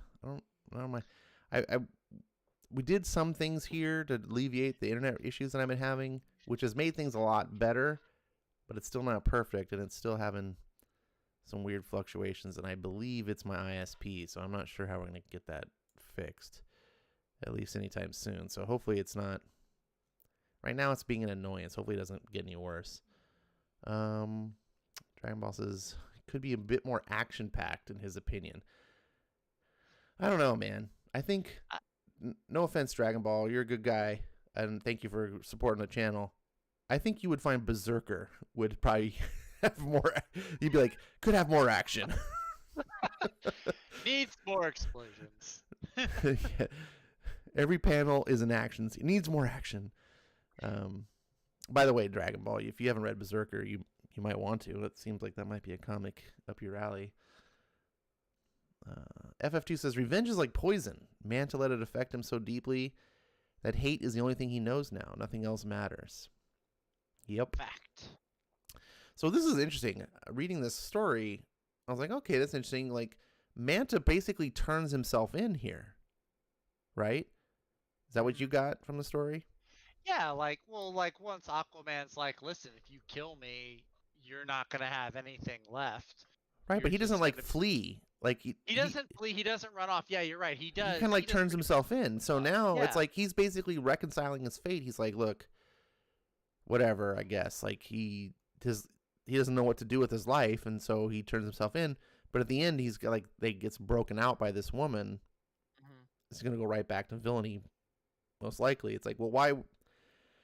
I'm curious to see how this goes. Like, why would you turn yourself in and then break out and go back to the villain? I don't know. We'll see. Whoever says Aquaman, go ahead. Oh no, I was gonna say the whole story. I mean, this two-part story to me, it feels a lot like Air Force One. Like it kind of has that same kind of vibe. Like you have this terrorist that comes into your space while you have other people, and it's like a diplomatic situation. You know, he kind of takes over. It's been a long time since I saw Air Force One. Harrison Ford, best movie president ever. Are you kidding me? No. Who beats Harrison Ford as a movie president? I don't know. It's got to be someone. I think Harrison Ford's the best one. I think any other one you come up with is not going to be as good. I don't know. I don't know. I have to think about that. Man. That's a tough one. Now my brain's on that whole category. Who's the boost? Put it to the chat. Who's the best movie president ever? Maranya says, anyone who says Aquaman is a wimp who only talks to fishes, point them to this book. It proves them wrong. That's true. I mean, the movie does that pretty effectively too. Yeah. Absolutely. Abnett is a top tier. Abnett is a top tier hero along with the Trinity. I think, Abnett's Aquaman is a top tier hero along with the Trinity and Hawkman. Absolutely. Yeah. Well, good writers make any DC hero you write, you're not gonna write them like a schlub. You should write them like that. Melissa says she has to get going. She's getting tired tonight. All you guys have a good night and rest of your stream. Goodbye. I don't know if she's still here to hear this, but good night, Melissa. And thanks for watching, as always. Good night, Melissa. Dragon Ball says he was born in 85. Guess that makes you a millennial. Yeah, sorry. Right on the border. Could have been born a year earlier, and you'd be a Gen Xer. Wally was my Flash, but I pretend he was Barry.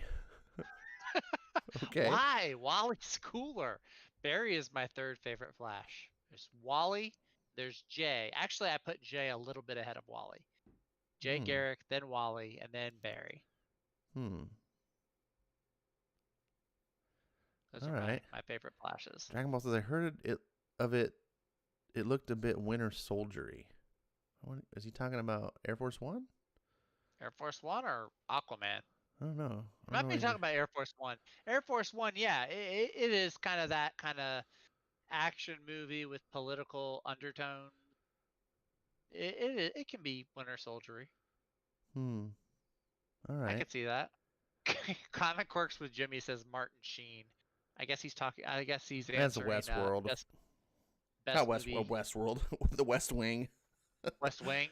Yeah, wasn't Martin Sheen the president in West Wing? I think he was. Yeah. I think he was. I mean, West Wing's a fine show. I don't know if I like Martin Sheen as president. I'm trying to think. The actor, there's an actor that I like, and I don't remember his name. He's been president a couple times. What was that movie? 13 Days. Have you heard of that movie? 13 Days. Off the top of my head, I don't know. Hang on. Luckily for me, I live in the age I don't have to know. The internet will know for me.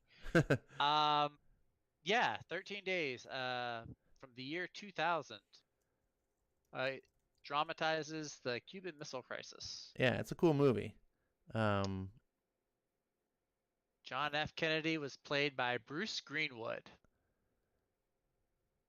So if JFK, if that's who you're thinking of, Bruce Greenwood. Actually, I've never seen this, but that sounds like it'd be interesting. I would watch Bruce Greenwood be John F. Kennedy. This is a good political thriller. I recommend this movie. Okay. It's not like the greatest movie you've ever seen, but it's a very solid movie. Yeah, and I think it's Bruce Greenwood is the guy I'm thinking of. He's good. I like him in everything that he's been in. I think he's been president like multiple times. He was the president in National Treasure too. Okay, probably. I think he's literally probably played president like more than twice. Like he's been so yeah, when you can be different presidents but like the same actor, it's like maybe you were the best president because you keep getting cast. Right. I think the Cuban Missile Crisis is I don't want to say it was a great time, but it's a great event, right? And if you're not familiar with the Cuban Missile Crisis, man, kids today, this is the problem. We need a Cuban Missile Crisis. we wouldn't have people protesting on the streets and beating people up. Like we wouldn't have all this crap that's going on in today's society, I think, if we really thought Soviet Union was going to drop nukes on us.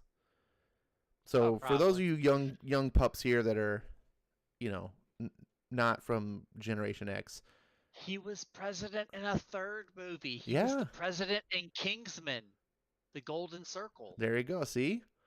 He's the best. 3 times. He's the hat trick president. Hat trick president.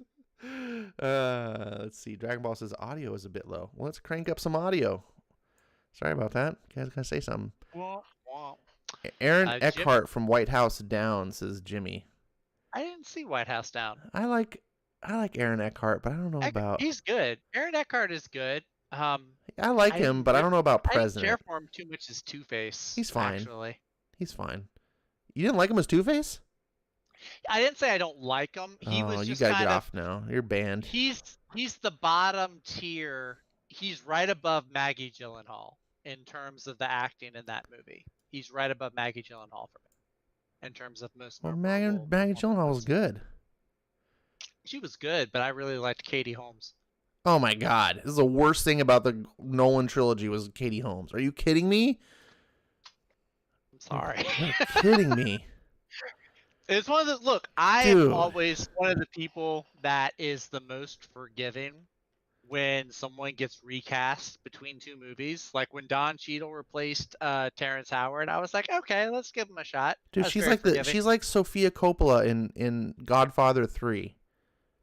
I didn't see Godfather. Yeah, there's a reason, because Sofia Coppola ruined it. I'm just saying I liked Katie Holmes, and I just don't think Maggie Gyllenhaal. Look, the best Dude, thing Katie Maggie's Holmes was character did fine in like the movie best like Go. the best thing Maggie Gyllenhaal's character did in The Dark Knight Was act? was die to the Joker. Was act?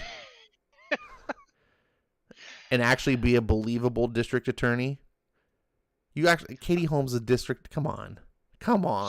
She wasn't district attorney in Batman Begins. Well, she was like assistant DA or something. She was assistant. Yeah, she was just an assistant at that point. Yeah, she was.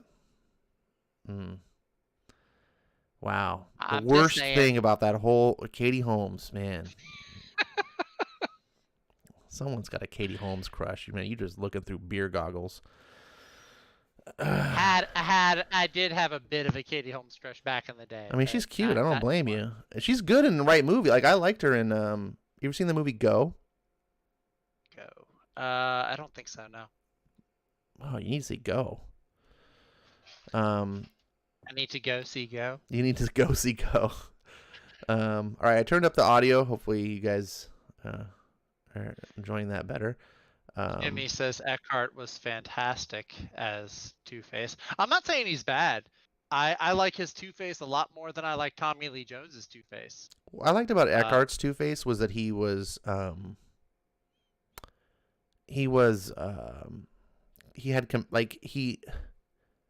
what do you call it? Like he made you feel compassion for him. Oh yeah. Oh, absolutely. He wasn't just Tommy Lee Jones was a fine Two-Face. I think visually he made Two-Face really like from comic to screen. I was like, oh yeah, you're perfect. But he was just a very cartoon cookie cutter. Yeah. I thought Eckhart brought a lot of dimension. Like because he made you feel the Harvey Dent side. Mm-hmm. That's what I liked about Eckhart's. He was a very human. Well, you had two kinds of villains. You had the sympathetic villain in Two-Face, and then you just had the crazy wild card villain that was Heath Ledger's Joker. And, like I said, Two-Face job, but comparing performance, if you're ranking the performances of The Dark Knight, Heath Ledger's Joker outshines everybody. Oh, of course. And then you have, of course, Christian Bale does great as Batman. Gary Oldman as Commissioner Gordon. He's the best Commissioner Gordon. Yeah, I don't think we'll ever have a better Commissioner Gordon. You're going down the line of performances. Yeah, you're going down the line of performances, and for me anyway, Eckhart just kind of is at the bottom of that list. The sad thing is he's bad. Just that a bunch of other performances were really good. Gary Oldman was my dream cast for Commissioner Gordon, and I got it. Mm-hmm. But I love the Nolan trilogy. It's a great trilogy, but I wish we would have got the complexity of Gordon that we got in Batman Year One. I would have loved to seen Gary Oldman play that role. The guy who cheats on his wife, struggling to find a way in Gotham because he's a good cop and he's moved to Gotham, and Gotham's corrupt. He doesn't fit in. Yep. There was so much drama there that it's not really the movie wasn't addressing Gordon. So he was. Yeah, right. It wasn't the purpose of the movie, but I feel like I missed. I would have loved to have seen that because. So, I didn't finish watching Gotham. I dropped out after 3 seasons. Did they ever get him to that kind of stage where he was a little bit more gritty? Maybe he was cheating on. I don't know. I think I dropped out on season 4 or something. Oh, okay. Because I know he was dating Dr. Leslie Thompson when I stopped watching. So I was wondering if they got to the point where he was two-timing her, or if he was a little bit more corrupt or whatever. But I don't know. I would have liked to have seen, personally, I would have liked to have seen him play Jim Gordon juggling being police commissioner, but also dad to Barbara Gordon. I would have liked to have seen that, but that would have meant bringing Batgirl in, which would have meant taking the camera off of Batman. It would have been really. I think it would have been tricky to do that, but So Esquire magazine has the top 10 best presidents. Let's see what they have to say. Number 10, Nice. Cliff Robertson from Escape from L.A. Interesting. Billy Bob Thornton from Love Actually. Come on. He was a great Davy Crockett, but I don't know as president. Peter Sellers from Doctor Strangelove. Maybe. Well, I mean, isn't Jack Nicholson from Mars Attacks? What kind of list is this? John Travolta from Primary Colors. Are you what? John Travolta's Morgan Freeman from Deep Impact. That's You're right. killing me, Esquire. Morgan Freeman was president twice. He was in Deep Impact, and then he was president in the Olympus Has Fallen. I don't think he was president until London Has Fallen. But in those movies with Gerard Butler, where he's the Secret Service agent, he becomes president. So Morgan Freeman, he's gaining on Bruce Greenwood. Kevin Kline from Dave. None of these are okay. The American president. Okay, Michael Douglas. This is a good. Finally, on number 3, we got a good one. You ever seen American President? No, I've never seen American President. Michael Douglas just doesn't make bad movies. Like, this guy is like the best picker of movies. And Bill he's Pullman. Ant-Man and the Wasp. Are you kidding me? Bill Pullman. Bill Pullman. Oh, he is a good one. Are you kidding me? I didn't think this is the most ridiculous president. From Independence Day? You're kidding me. Are you kidding me? Yes, name one president that in the entire U.S. history at all resembles what Bill Pullman was like. Like, this guy is not like any sort of president that's ever existed. He's not playing a pre-existing or historical role. He's like his own. It's like no, but he's not even playing close to any. No president that's ever existed is anywhere close to being similar to what Bill Pullman like. He didn't feel like a president at all. He just felt like because that was the whole thing. Is he was like a fighter pilot. So was George Bush. Who got it? Well, yeah, but this guy's cooler than George Bush. Yes, he was cool, but he was like he's gonna go out and lead fighters against aliens. So was Will Smith. But Will Smith wasn't the president. Anyway, so number 1 is your guy. That's right.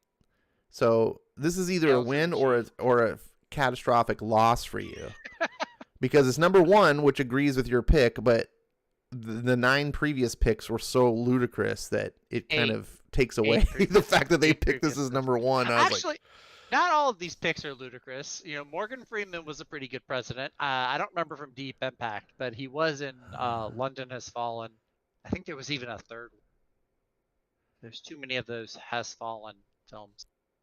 Some of these were good. I don't agree with like Jack Nicholson. Billy Bob Thornton. Yeah, that's another one. Come on. That's another. I'm like, eh. And Bruce Greenwood didn't get picked once. So no, this list I veto this list.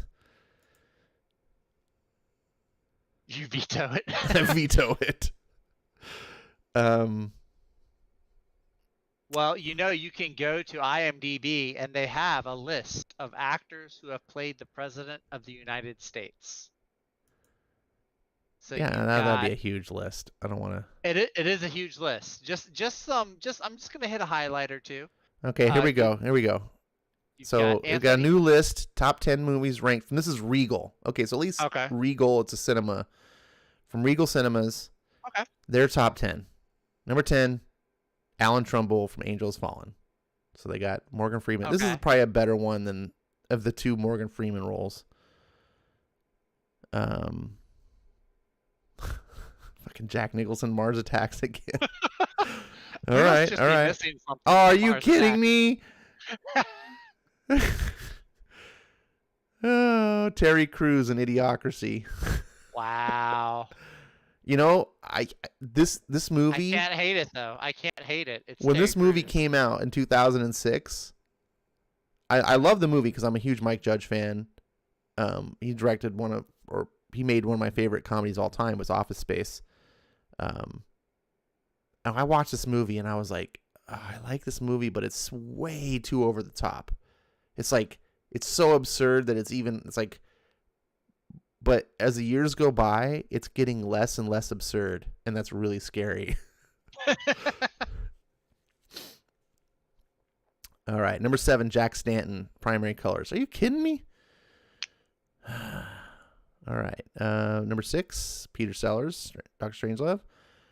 Number 5, oh look, Morgan Freeman gets the double billing here.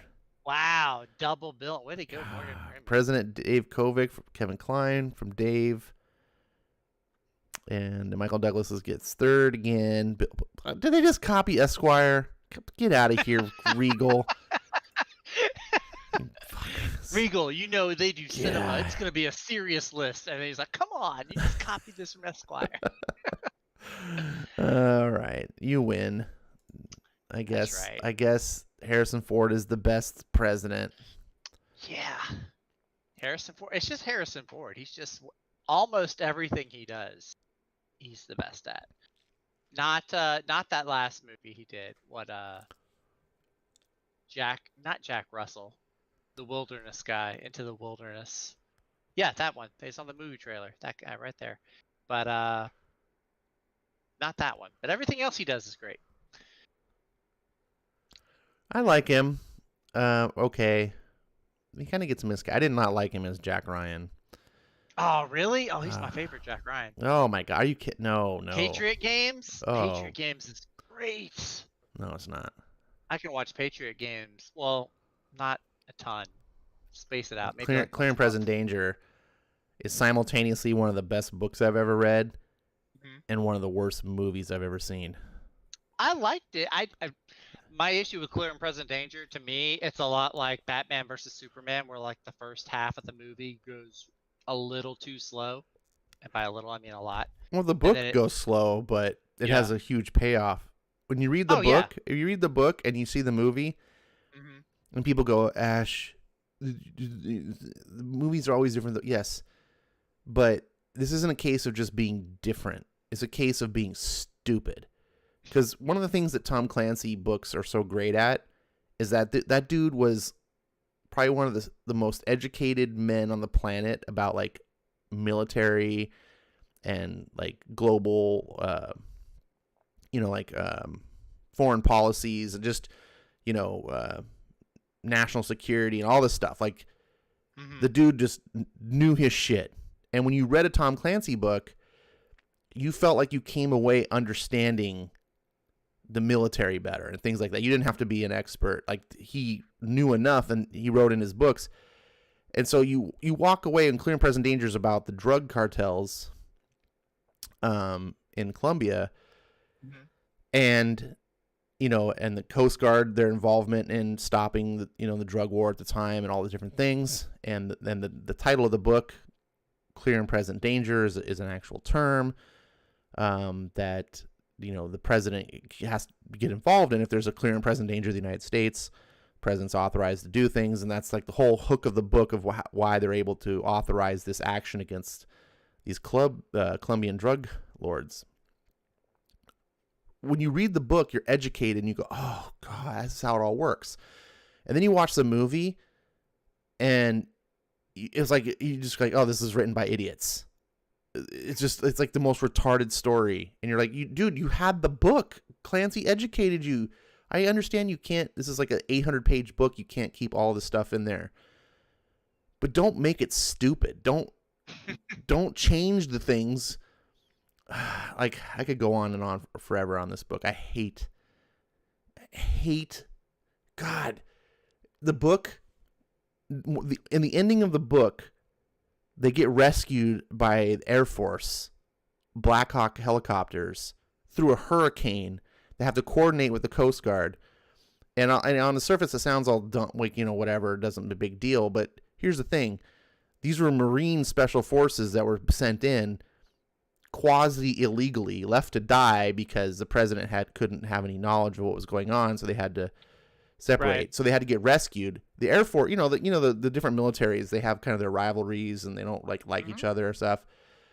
So this Air Force colonel has to go against orders and commandeers these Black Hawk helicopters, flies them through the Gulf of Mexico, through like hurricanes coming. They can't get back because the hurricane's in the way, but they're not going to leave their men to die.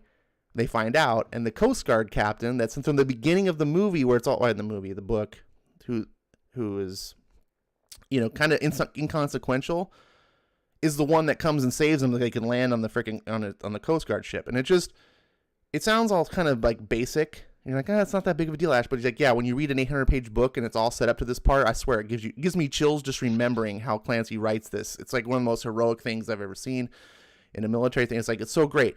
And you know what they do in the movie? They rent a helicopter from a drunk pilot.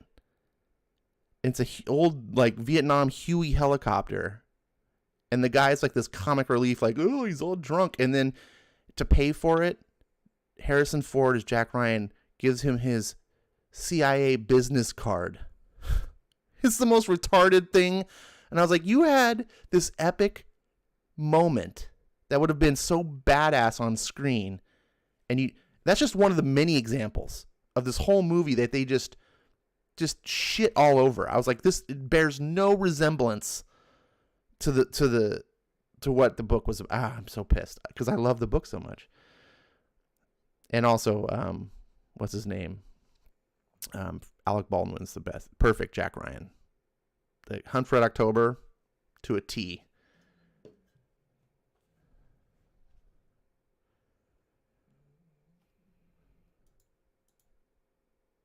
Did I lose you? No, Zach, you left me. All right, kids. I don't know. Am I still even broadcasting? You never know.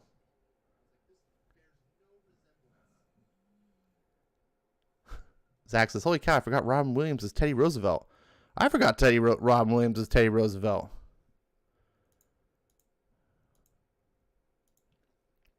Let's see. James McAvoy is Two-Face. Okay, we're going back to that.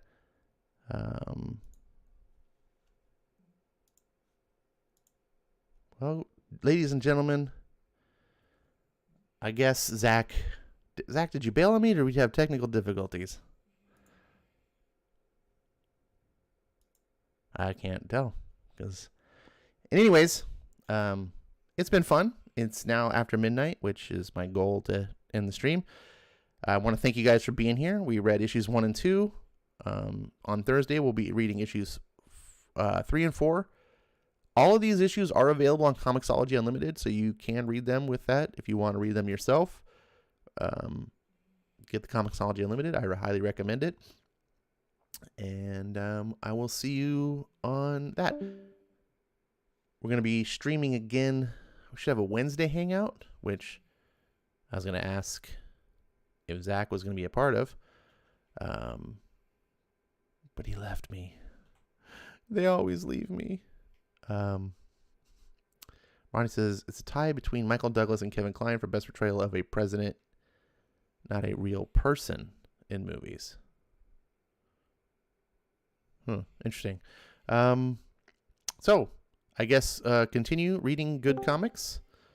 Hey, Zach is back. Yeah, wow. That was something.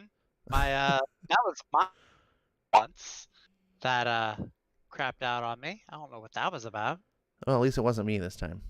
Yeah, that's right. It was not you. That was a grade A Zach flop. All right. So I was just telling everyone we can be continuing on Thursday, but we're going to have a hangout stream on Wednesday. Are you going to be able to make it? Yeah, I will definitely be here for that. Yes, it's going to be fun. All right. So thank you guys for coming to the stream and listening to comics. Read good comics. Tomorrow is New Comic Book Day, and I'm looking forward to talking about those books. There's quite a few things coming out tomorrow. So take care. I'm Ash. This is Other Boy Zach. And That's right. Take it easy.